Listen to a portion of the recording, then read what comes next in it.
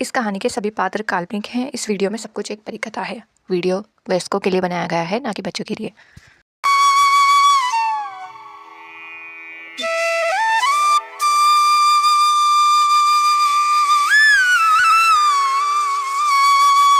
परतापुर गांव में एक बुजुर्ग माँ सुगना अपने बेटे विवेक के साथ रहती थी। गांव बहुत ही गरीब था और विवेक मेहनत मजदूरी करके किसी तरह जीवन यापन करता था। वह पूरे दिन खेतों में काम करता,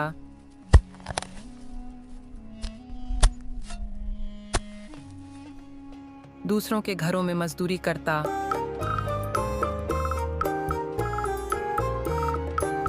और जो भी थोड़े बहुत पैसे कमाता माँ के हाथ में रख देता। एक शाम जब वह घर लौटा तो उसकी माँ सुगना दरवाजे पर खड़ी उसकी राह देख रही थी।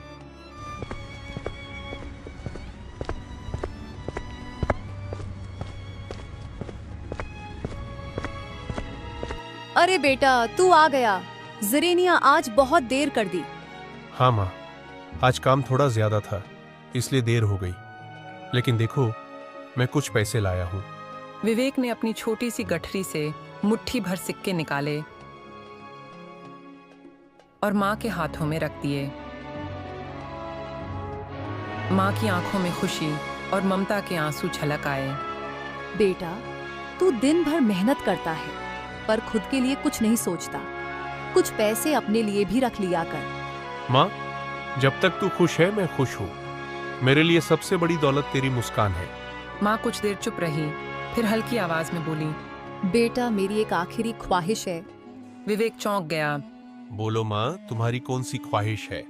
बेटा, मैं इस बार का महापर्व मेला देखना चाहती हूँ। विवेक हैरान रह गया। पर माँ, तुम बहुत बूढ़ी हो गई हो, वहां बहुत भीड़ होगी और सफर लंबा और कठिन होगा। तुम्हारी तबीयत खराब हो सकती है। बेटा, अब पता नहीं कितने दिन की जिंदगी बची है। मुझे बस एक बार गंगा स्नान करना है, वहां की पवित्र मिट्टी छूनी है। कौन जानता है अगला महापर्व देखने के लिए मैं रहूं या नहीं। तू कैसे भी करके मुझे वहां ले चल। माँ, मेरे पास ना तो सवारी है, न ही इतने पैसे कि मैं तुम्हें वहां तक ले जा सकूं। बताओ, मैं तुम्हें कैसे लेकर जाऊं? मुझे नहीं पता बेटा, पर यह मेरी आखिरी ख्वाहिश है। विवेक गहरी सोच में डूब गया। महापर्व में अभी कुछ समय था, लेकिन सवाल यह था कि वह अपनी बूढ़ी माँ को वहां तक कैसे लेकर जाएगा। उसने तय किया कि माँ के सपने को पूरा करना ही उसकी सबसे बड़ी जिम्मेदारी है। समय बीतता गया और विवेक अपनी रोजमर्रा की जिंदगी में इतना व्यस्त हो गया कि माँ की आखिरी ख्वाहिश को भूल ही गया।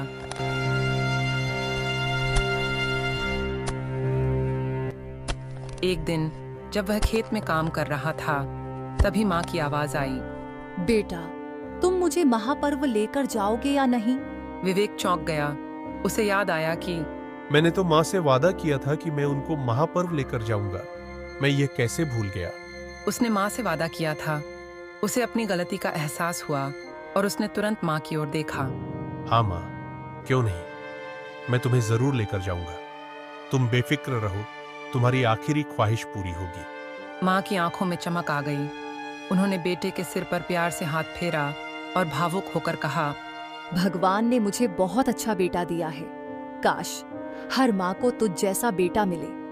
विवेक ने ठान लिया कि मैं दिन रात मेहनत करूंगा और कैसे भी माँ को महापर्व लेकर जाऊंगा। अब वह पहले से भी ज्यादा मेहनत करने लगा। वह खेतों में ज्यादा देर तक काम करता, ज्यादा लोगों के घरों में मजदूरी करता और हर एक पैसा बचाने की कोशिश करता। रात को भी अगर कोई छोटा मोटा काम मिल जाता तो वह उसे भी कर लेता। धीरे धीरे उसके पास कुछ पैसे जमा होने लगे। एक शाम जब वह घर लौटा तो उसने माँ से कहा, माँ, मैंने कुछ पैसे जमा कर लिए हैं, लेकिन एक समस्या है। क्या हुआ बेटा? जो पैसे हैं वे इतने कम हैं कि सिर्फ खाने पीने के काम आ सकते हैं। अगर मैं गाड़ी किराए पर लूं तो सारे पैसे खत्म हो जाएंगे। फिर हम वहां रहेंगे कहाँ और खाएंगे क्या? विवेक ने माँ के चेहरे पर मायूसी देखी और तुरंत बोला, अरे माँ, ऐसा मत कहो, मैं कुछ करता हूँ। उसकी आंखों में संकल्प झलक रहा था। वह तुरंत घर से बाहर निकला और सोचने लगा कि माँ को कैसे लेकर जाऊं। चलते चलते अचानक उसके दिमाग में एक उपाय आया। क्यों ना लकड़ी का एक ठेला बनाया जाए, माँ को उस पर बिठाकर आसानी से ले जाया जा सकता है। यह विचार आते ही वह खुशी से उछल पड़ा। बिना समय गंवाए वह जंगल की ओर निकल पड़ा।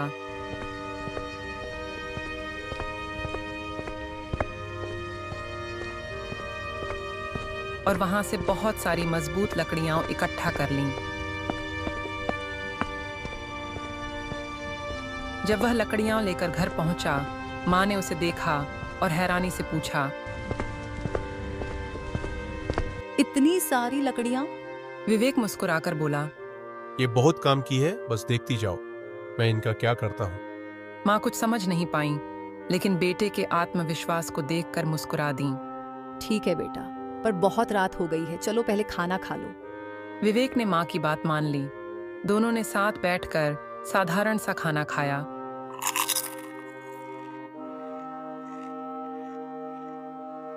और फिर सोने चले गए। लेकिन उस रात विवेक सो नहीं पाया। उसके मन में बस एक ही बात चल रही थी। मुझे माँ की आखिरी इच्छा पूरी करनी है, चाहे कुछ भी हो जाए। अगली सुबह विवेक सूरज उगने से पहले ही उठ गया। उसे पता था कि जैसे ही सुबह होगी उसे खेतों में काम पर जाना पड़ेगा और फिर ठेला बनाने के लिए समय नहीं मिलेगा। इसलिए वह जल्दी उठकर ठेला बनाने में जुट गया।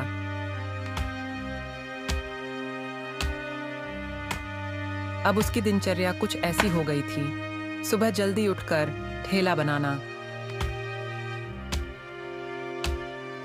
फिर दिन भर खेतों में काम करना, रात को थक कर घर लौटना। यह सिलसिला कई दिनों तक चलता रहा। एक दिन माँ ने उसे इस तरह मेहनत करते देखा तो उनका दिल भर आया। बेटा, आखिर तुम इतनी मेहनत क्यों कर रहे हो? कुछ दिनों से तो तुम ठीक से सोए भी नहीं। कोई बात नहीं बेटा, अगर मेरी ख्वाहिश पूरी भी नहीं हुई। नहीं माँ, मुझे आपकी ख्वाहिश पूरी करनी है। जब तक तुम्हें प्रयागराज कुंभ नहीं ले जाता, चैन नहीं आएगा। हाँ मेरे प्यारे बेटे, लेकिन खुद का भी ख्याल रखो। पहले खाना खा लो, थोड़ा आराम करो, फिर काम करना। वैसे बता तो सही, इन लकड़ियों से क्या बना रहा है?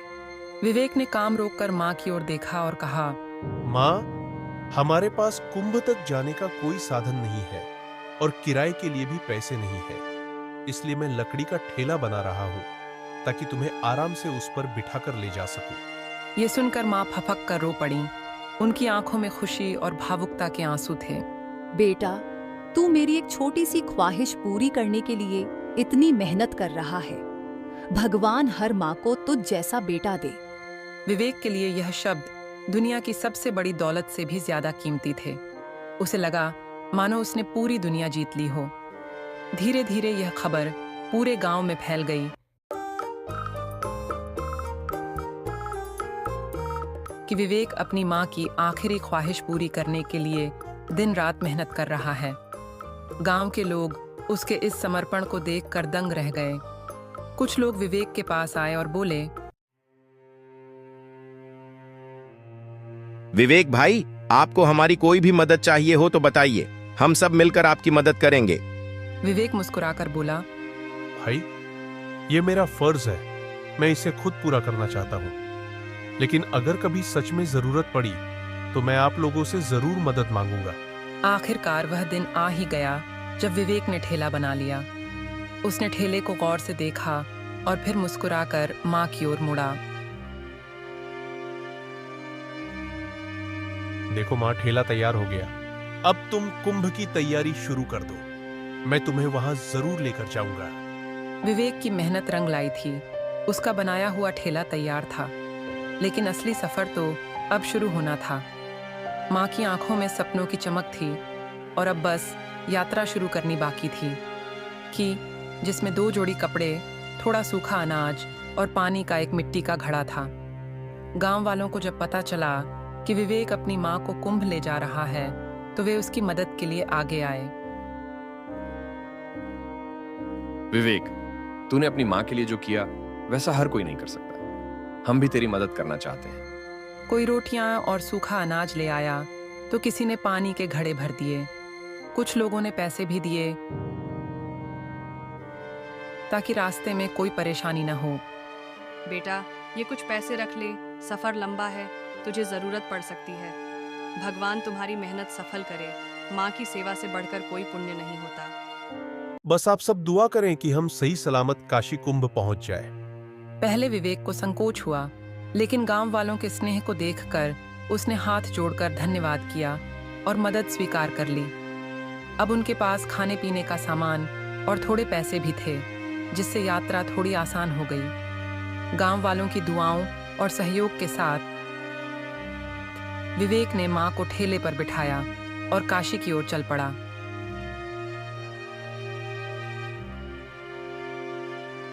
उसकी आंखों में मां की आखिरी इच्छा पूरी करने का संकल्प था। रास्ते की कठिनाइयां, सड़क कच्ची थीं और रास्ता लंबा। विवेक ने ठेले को कंधे से पकड़कर खींचना शुरू किया। पहला दिन ठीक ठाक बीता,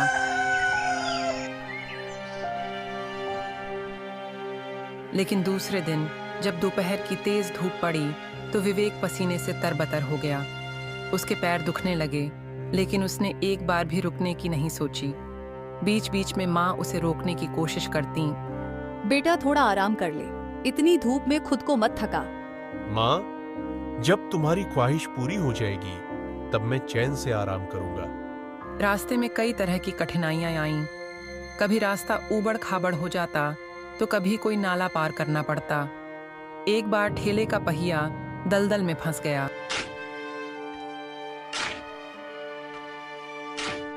विवेक ने अपनी पूरी ताकत लगा दी, लेकिन ठेला हिल तक नहीं रहा था।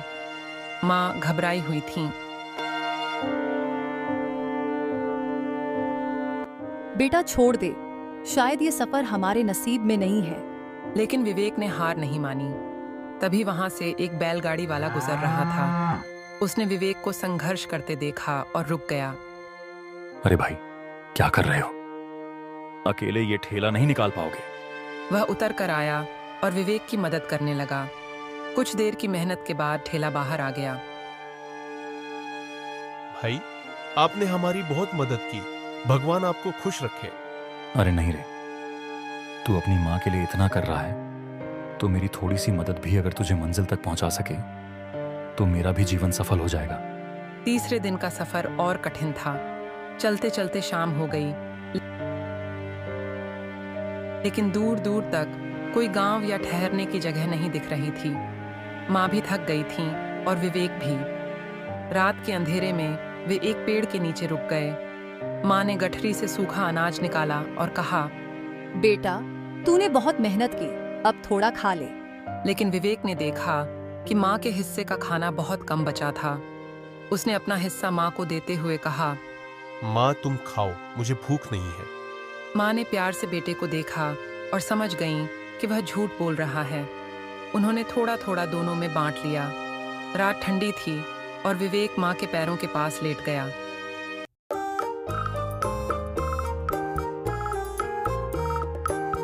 माँ ने उसके सिर पर हाथ फेरा और बोली, बेटा, तेरा यह त्याग मैं कभी नहीं भूल सकती। रास्ते में जब वे एक घने जंगल में पहुंचे और रात को वहीं विश्राम किया, तभी उन्हें पास से एक छोटी बच्ची के रोने की आवाज सुनाई दी।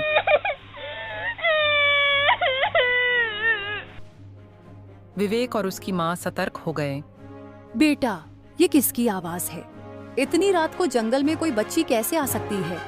विवेक ने मशाल जलाकर इधर उधर देखा। कुछ ही दूरी पर एक छोटी बच्ची गिरे हुए पत्तों के बीच बैठी सुबक रही थी। बेटा, इसे उठाकर देख तो सही, ये यहाँ कैसे आई? विवेक ने बच्ची को सहारा देकर उठाया और पूछा, बेटी, तुम कौन हो? यहाँ कैसे आई? बच्ची रोते हुए बोली, मुझे नहीं पता। मैं मेले में अपने माता पिता से बिछड़ गई थी। भीड़ बहुत ज्यादा थी और जब मैंने माँ का हाथ पकड़ा तो वह किसी और का निकला। मैं बहुत डर गई और भागते भागते यहाँ आ गई। विवेक और उसकी माँ का दिल पसीज गया। माँ ने बच्ची को अपनी गोद में बैठा लिया और कहा, घबराओ मत बेटा, अब तुम अकेली नहीं हो, हम तुम्हें तुम्हारे माता पिता से मिलाएंगे। विवेक और सुगना उस यात्रा में उस बच्ची को भी अपने साथ ले लेते हैं।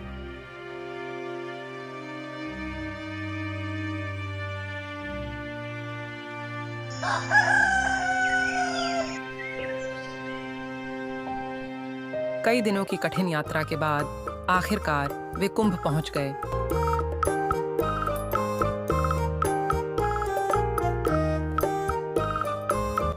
सामने विशाल जनसागर था, दूर दूर तक बस श्रद्धालु ही श्रद्धालु।